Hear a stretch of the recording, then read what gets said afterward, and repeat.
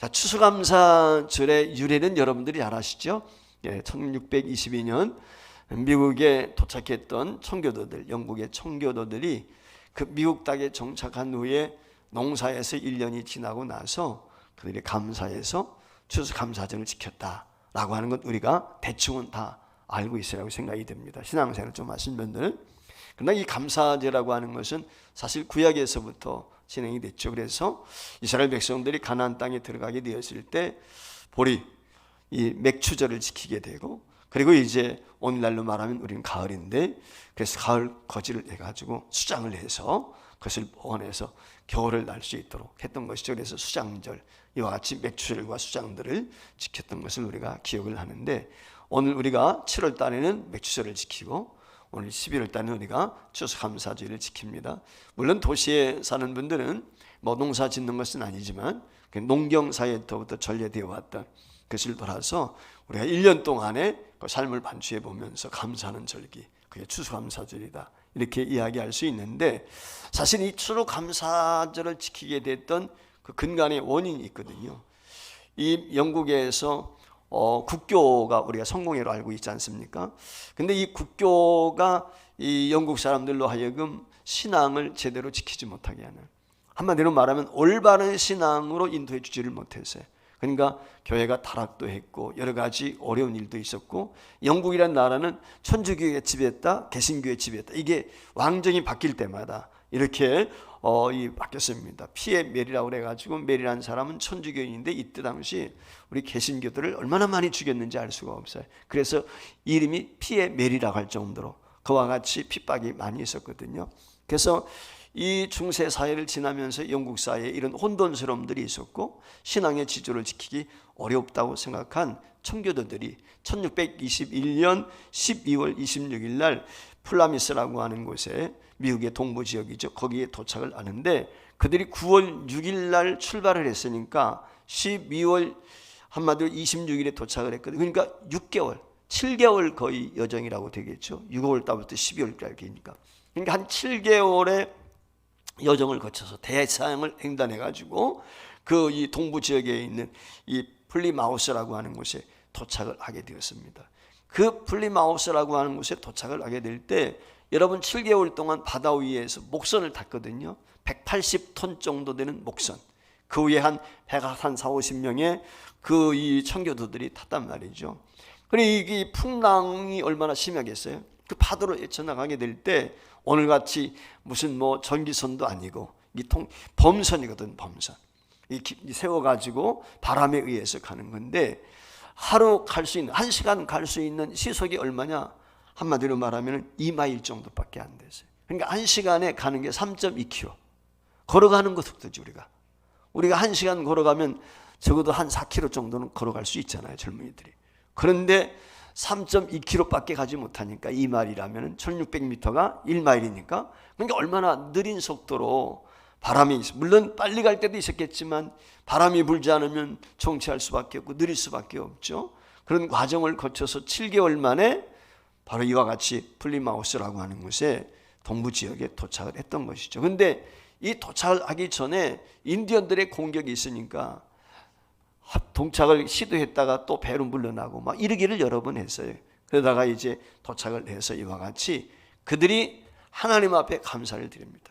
감사제라는, 추수감사제라는 것은 그들이 그곳에 도착을 해서 1년 후에 농사를 지어가지고 수확한 걸 가지고 감사제를 지킨 것, 이게 추수감사제의 유래로 이렇게 보는데, 근데 실상은 이들이 플리마우스라고 하는 곳에 도착을 하게 되었을 때 그들이 얼마나 감격스럽겠어요. 그래서 그 감격스럽고 감사한 일을 시편의 노래를 통해서 하나님 앞에 찬양을 합니다. 죽은 사람도 있습니다. 배 위에서 태어난 아이도 있습니다. 한번 상상을 해보세요. 7개월 동안 바다 위에서 생활한 그 사람들의 모습이 어떻게 했어요? 이발은 제대로 했겠어요? 제대로 마시고 먹었겠습니까? 피골이 상급했겠죠. 그런데 그들 얼굴엔 미소가 가득하고 감격이 있습니다. 그 이유는 무엇이냐? 자신들이 종교의 자유를 찾아서, 신앙의 자유를 찾아서 이곳에 도착했다는 거예요. 그래서 그들이 감사제를 드립니다. 그 찬송이 시편 100편입니다. 그래서 오늘 시편 100편을 함께 나누려고 하는 것입니다.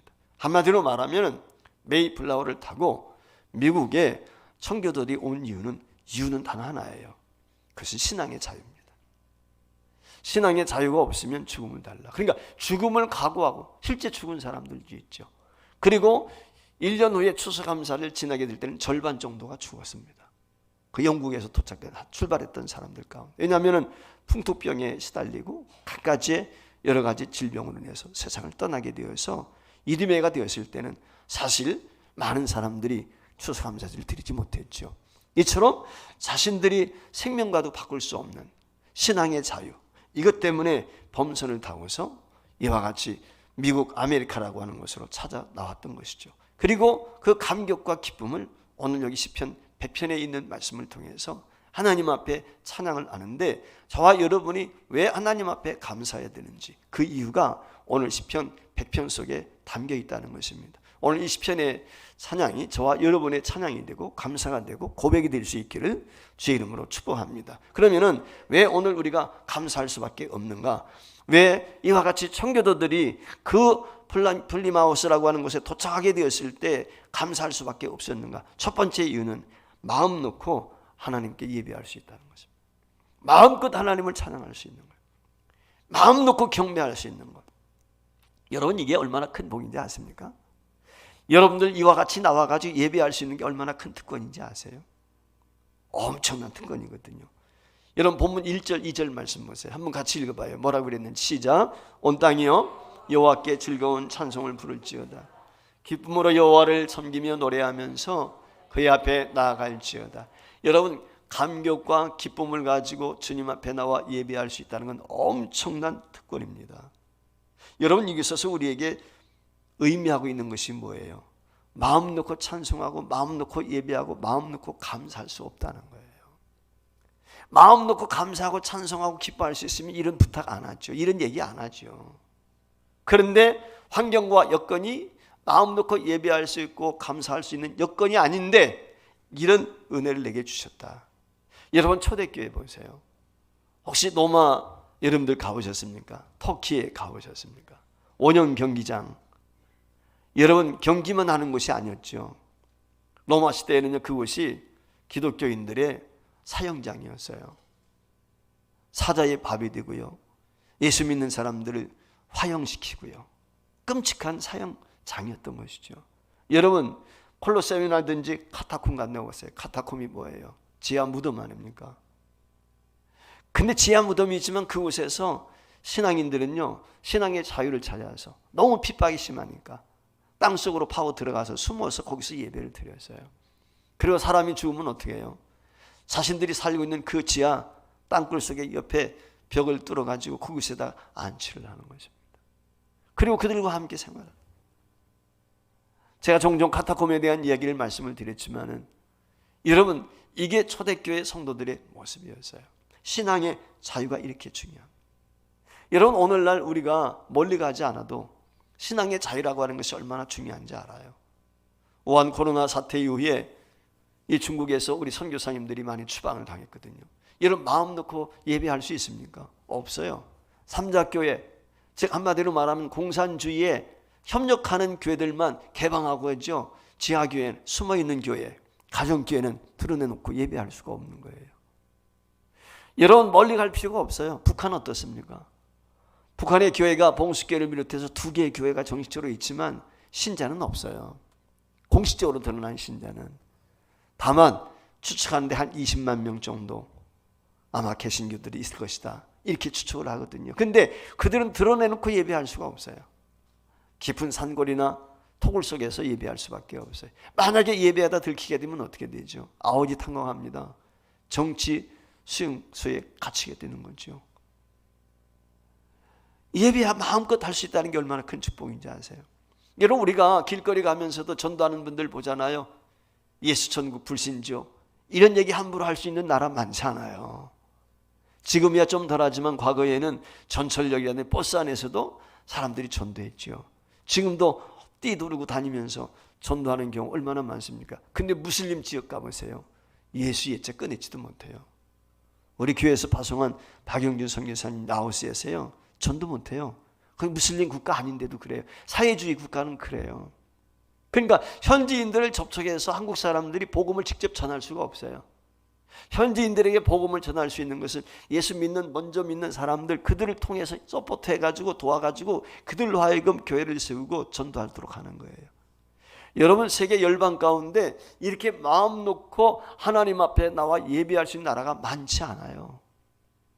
이게 얼마나 큰 감격입니까? 얼마나 큰 축복입니까? 여러분, 우크라이나 보세요. 전에 우크라이나 우리 그 국민들이 다녀갔잖아요. 찬양하기 위해서. 지난해 그 이 전도대 때 잠시 다녀갔지만은 여러분, 그들 보세요. 전쟁통에 마음껏 예배할 수 있겠어요? 그렇지 못한 경우 수없이 많단 말이에요. 근데 오늘 우리가 이처럼 마음 놓고 예배할 수 있다는, 이게 얼마나 큰 축복입니까? 이것이 오늘 시편 기자의 간증의 고백이에요. 여러분, 이스라엘 백성들이 바벨론에 70년 동안 포로로 잡혀가게 했을 때 마음 놓고 찬양할 수 있었겠어요? 그들이 어떻게 합니까? 그들에게요, 그랄 강가에서 노래를 부르는데 자신들 노래 부르라는 거예요. 하나님을 찬양하는 노래 마음껏 부를 수가 없었어요. 여러분, 얼마나 비참한 것입니까? 우리도 일제 36년사 가운데 보면 한국 교회가 참 부끄러운 일이 너무 많았죠. 신사참배 말이죠. 그렇죠. 하나님을 마음껏 찬양할 수가 없었어요. 근데 이처럼 대한민국이 자유민주주의 국가가 되어가지고 하나님을 마음껏 찬양하고 예배할 수 있다는 게 얼마나 큰 축복인지, 여러분, 이거 늘 감사해야 돼요. 특별히 요즘에 제 가슴이 좀 탑니다. 그 이유가 뭐냐? 이 나라의 민족이 걱정이 되거든요. 근심이 많아요. 오늘 젊은이들을 비롯해서 정말 나라와 민족을 위해서 기도하며 걱정하는 사람이 얼마나 있을까? 정치인들은 그냥 트럭에다 다 태워가지고 더 태평양에다 몰아넣었으면 제일 좋을 것 같아. 예. 한번 생각해 보세요. 이게요, 북한의 김정일이가 이게 머리가 잠깐만 잘못돼도요, 버튼 하나 누르면 그냥 불바다 되는 거예요. 여러분, 얼마나 끔찍한 일입니까? 6.25 같은 전쟁이 다시 일어나면 안 돼. 6.25 같은 전쟁이 아니 대한민국에서 전쟁이 일어나면 그때는 끝이에요. 끝이에요. 그렇지 않습니까? 그저 망하는 거예요. 대한민국이 사라지는 거예요. 여러분, 이런 마음 갖고 정말 지금 예배할 때 우리가 하나님 앞에 나와 자유롭게 예배할 수, 이때 기도 열심히 해야 돼요. 이때 하나님 앞에 부르짖어야 돼요. 그리고 감사해야 돼요. 이 청교도들이 이처럼 자유롭게 예배할 수 있음에 대해서 오늘 시편 기자와 같이 감사했단 말이죠. 두 번째, 왜 저와 여러분이 감사해야 됩니까? 다른 데 이유가 있지 않습니다. 오늘 이 플리머스에 도착한 이 청교도들이 감사했던 이유는 하나님이 우리의 목자가 되신다는 거예요. 주님이 나의 목자가 되신다. 여호와는 나의 목자시니, 우리가 찬송하지 않습니까? 오늘 여기 3절 보세요. 뭐라고 이야기하고 있습니까? 여호와가 우리 하나님이시니 너희는 알지어다. 그는 우리를 지으신 이요 우리는 그의 것이니 그의 백성이요 그의 기르시는 양이로다. 할렐루야. 여러분, 혹시 양 키우는 들 가봤습니까? 중동 지역의 양들을 보면요, 잔뜩 몰고 다니거든요. 개들이 쭉, 목자는 하나예요. 목자는 한 명인데 개들이 주변에서 멉니다. 그리고 양들 속에는 꼭 끼어 있는 게 있습니다. 염소가 있습니다. 염소가. 이유가 있어요. 양은요, 미련합니다. 양은 근시해요. 좀 멀리 떨어져 있는 걸 볼 수가 없어요. 사자가 코앞에 왔는데도 못 봐요. 그래 잡혀 먹는 거예요. 그만큼 멀리 있는 걸 보지를 못해. 그리고 얼마나 미련한지, 양들의 특징이 뭐냐면 양이 털이 얼마나 많아. 그 더운 지방에서. 근데 모여 있는 거예요. 모여 있게 되면 죽어요. 압사당해 죽는 거예요. 그래서 염소를 같이 키우는 거예요. 이유가 뭐예요? 그 양무리 가운데 들어가지고 모이면은 염소가 들어받는 거예요. 그게 흩어놓는 것입니다. 그만큼 미련해요. 근데 한 가지 특이한 게 있더라고요. 저도 목격을 했는데, 그게 뭐냐면 목자의 소리는 잘 알아들어요. 기가 막히게 알아듣는 거예요. 수많은 양들이 갑돌이네, 갑순이네, 을순네, 누구네, 양들이 다 섞여서 물을 마시고 초지에서 놀고 있는데요, 풀을 뜯고 있는데요, 갑돌이가 호가 한번 불고 소리 한번 지르면요, 갑돌이의 양만 모여요. 다른 양들은 움직이지 않아요. 주인의 목소리를 기가 막히게 알아들어요. 그게 그 목자를 따라가는 거예요. 그러니까 목자가 없으면 양은 살 수가 없어요. 여러분, 우리의 목자가 어떤 분이십니까? 시편 23편 같이 읽겠습니다. 시편 23편 시작. 여호와는 나의 목자시니 내가 부족함이 없으리로다. 그 나를 푸른 풀밭에 누이시며 쉴만한 물가로 인도하시는도다. 내 영혼을 소생시키시고 자기 이름을 위하여 의의 길로 인도하시는도다. 내가 사망의 음침한 골짜기로 다닐지라도 해를 두려워하지 않을 것은 주께서 나와 함께 하심이라. 주의 지팡이와 막대기가 나를 안위하시나이다. 주께서 내 원수의 목전에서 내게 상을 차려주시고 기름을 내 머리에 부으셨으니 내 잔이 넘치나이다. 내 평생의 선하심과 인자하심이 반드시 나를 따르니 내가 여호와의 집에 영원히 살리로다. 할렐루야. 이게 우리의 목자예요. 이게 우리 주님이십니다. 이분이 저와 여러분과 함께 하시는, 여러분 감사의 조건이 얼마나 많습니까? 하나님이 나의 목자가 되셔서 저와 여러분을 선한 길로 인도해 주신다. 푸른 초장 맑은 시냇 물가로 이끄시는 분, 그분이 우리 여호와 참 목자 되신 예수 그리스도인 줄 믿습니다. 여러분, 청교도들이 그 태평양을 건너고 대서양을 건널 때 사투를 벌이면서 때는 침몰할 위기 가운데 있고 어려움이 있었지만 그 모든 것을 극복하고 플리마우스라고 하는 곳에 도착했을 때 그 감격이 얼마나 컸겠어요. 주님이 나의 목자가 되십니다. 이것까지 인도하셨습니다. 그게 그들의 고백인 거거든요. 사실 저와 여러분은 어떤 존재입니까? 망할 수밖에 없는 존재 아니었습니까? 죄인 아니었습니까? 목자 없는 양같이 유리방황했던 저희들이 아닙니까? 근데 하나님께서 이 땅에 하나밖에 없는 독생자 예수 그리스도를 보내주셨단 말이죠.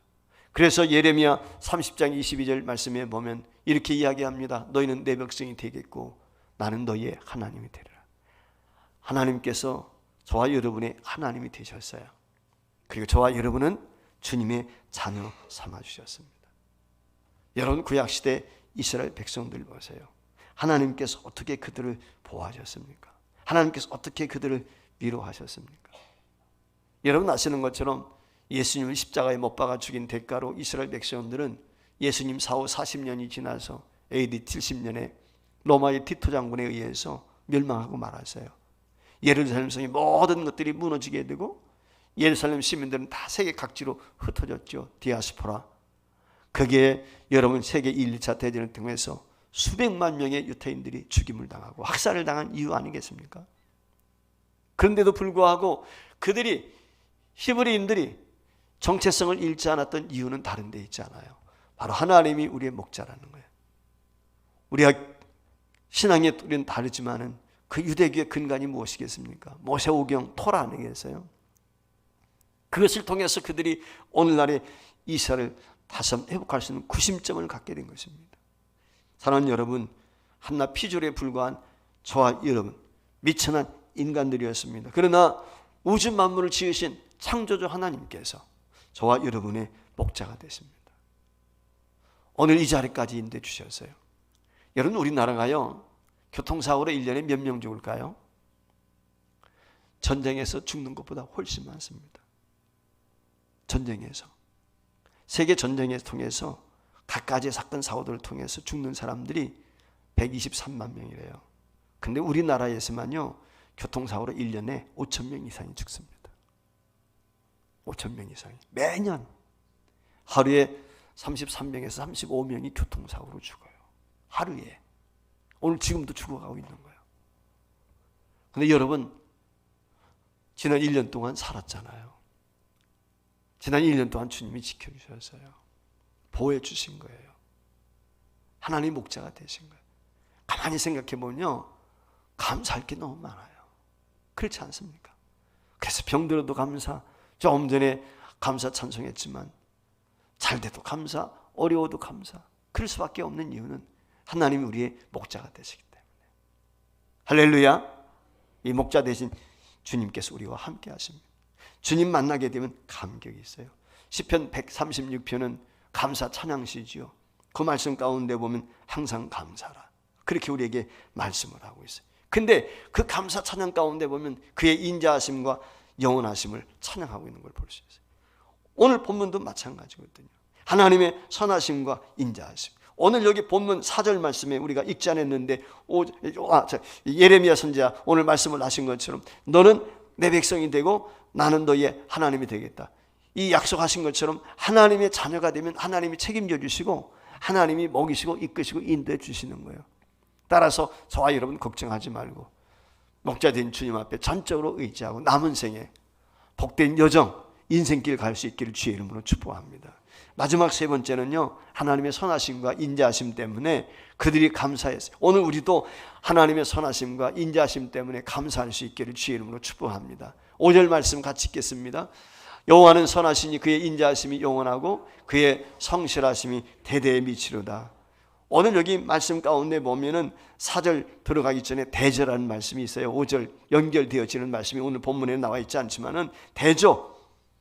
왜냐하면 그런 말씀이에요. 그래서 4절 말씀에 보면 그랬어요. 감사함으로 그 문에 들어가며 찬송함으로 그 궁정에 들어가서 그에게 감사하며 그의 이름을 송축할지어다. 왜냐하면 이 하나님을 찬양할 이유 5절에 나와 있는 것처럼 그분은 선하시다, 그분은 인자하시다, 그분은 성실하시다, 그분은 영원하시다. 그렇기 때문에 오늘 우리가 찬송해야 된다. 이걸 지금 말씀하고 있는 것이거든요. 그러니까 하나님의 선하심과 인자하심, 하나님의 속성 가운데는 여러 가지가 있죠. 그는 자비로우시다, 사랑이시다, 전지전능하시다, 뭐 여러 가지가 속성이 있지만 그 중에 오늘 여기 말씀해 보면 선하심과 인자하심에 대해서 말씀을 하고 있어요. 하나님은 사랑이십니다. 하나님은 선하십니다. 하나님의 인자란 말이 무슨 얘기냐? 이 말의 의미는 헤세드란 말인데 은혜롭다 그 말이에요. 사랑스럽다 그 말이죠. 하나님이 저와 여러분을 사랑하셔서 이 땅에 독생자를 보내주셨을 뿐만 아니라 은혜를 주셔서 믿음으로 하나님 앞에 구원받은 성도로 살아갈 수 있게 해주신 것입니다. 이게 얼마나 감사합니까? 하나님께서 우리 인간들을 지극히 사랑하셨어요. 그래서 죄 가운데 죽을 수밖에 없는 저와 여러분을 구원하시기 위하여 하나밖에 없는 독생자 아들 예수 그리스도를 이 땅에 기꺼이 내어주시지 않았습니까? 하나님은 두려움의 대상이 아닙니다. 하나님은 우리와 함께 하시는 우리 아버지이십니다. 저는 그런 생각을 가져봐요. 하나님이 창조주신데 그 창조되신 하나님께서 창조해놓고 아무런 관심도 갖지 않았다면 우리가 어떻게 될까? 여러분 우주 만물 하나님이 지으셨는데 하나님이 섭리하지 않으면 어떻게 되겠어요? 아마 충돌이 일어나서 그냥 다 망할 거예요. 오늘 우리도 마찬가지거든요. 타락한 인생 하나님을 떠나게 되면 망하는 거예요. 근데 하나님께서 저와 여러분을 구원하시기 위해서 하나밖에 없는 독생자 예수 그리스도가 사람이 되셨어요. 직접 오셨어요. 그리고 저와 여러분을 구원하시기 위해서 저와 여러분의 모든 허물과 죄를 담당하시고 십자가에 달려 죽으셨단 말이죠. 이게 얼마나 놀라운 은혜입니까? 얼마나 큰 축복입니까? 이것이 주님께서 우리에게 베풀어 주신 하나님의 은혜요 축복인데 바로 하나님의 선하심, 하나님의 인자하심, 이 일로 인해서 저와 여러분이 구원을 받게 된 것입니다. 사는 성도 여러분, 우리가 이 땅에 사는 동안에 크고 작은 일들 때문에 감사할 일이 수없이 많겠지만은 그러나 오늘 특별히 우리에게 주신 이 말씀, 하나님을 내가 마음껏 예배할 수 있다는 것에 대한 감사, 이 세상 살아가는데 하나님이 나의 선한 목자가 되셔서 어떤 길을 걷든지 간에 나와 함께 하신다는 그 은혜, 사랑, 그 일로 인해서 저와 여러분이 감사할 수 있기를 바라고, 동시에 마지막 주신 말씀처럼 하나님의 선하고 인자하심 때문에 늘 감사할 수 있는 은혜가 있기를 바랍니다. 이런 감사와 은혜를 아는 자에게 주시는 놀라운 축복이 있습니다. 그것이 무엇이겠습니까? 여러분, 미국이 오늘날 세계에서 가장 부강한 나라가 된 이유가 어디 있을까요? 바로 이처럼 하나님을 예배하고 하나님을 영광스럽게 했을 때 그 민족이 복을 받은 것 아니겠어요? 이미 모든 사람들이 그건 간증하고 있는 이야기 아닙니까? 그들 스스로도 자신들이 어떻게 복을 받았는지, 그래서 그 달러에 보면 그곳에는 하나님의 이름이 기록이 되어 있단 말이에요. 하나님을 찬양하는 글귀가 새겨져 있지 않습니까? 어느 나라에 그런 글귀가 있겠어요? 그런데 이 달러는 어때요? 전 세계 공통으로 사용되어지는 통화 아닙니까? 사회주의 국가에서도 어느 나라에서도 물건을 사오고 뭐 할 때 달러를 가지고 하는 거예요. 이처럼 세계 영향력을 끼치고 있는 미국의 모습을 보면서 우리 대한민국도 예수 잘 믿어서 이처럼 복받는 하나님의 나라가 될 수 있기를 주의 이름으로 축복합니다. 여러분, 소출이 적다고 감사하지 못합니까? 그렇지 않습니다. 무화과 나무에 열매가 없어도 우리는 감사할 수 있어요. 기뻐할 수 있습니다. 넉넉하지 못하다 할지라도 감사할 수 있는 이유, 그분이 나의 구원주가 되시고 나의 목자가 되시고 더 나아가서 그분은 선하시고 의로우실 뿐만 아니라 지금도 한없는 은혜를 베풀어 주신 분이기 때문에 이 주님으로 통해서 오늘 감사가 충만한 은혜가 있기를 주의 이름으로 축복합니다.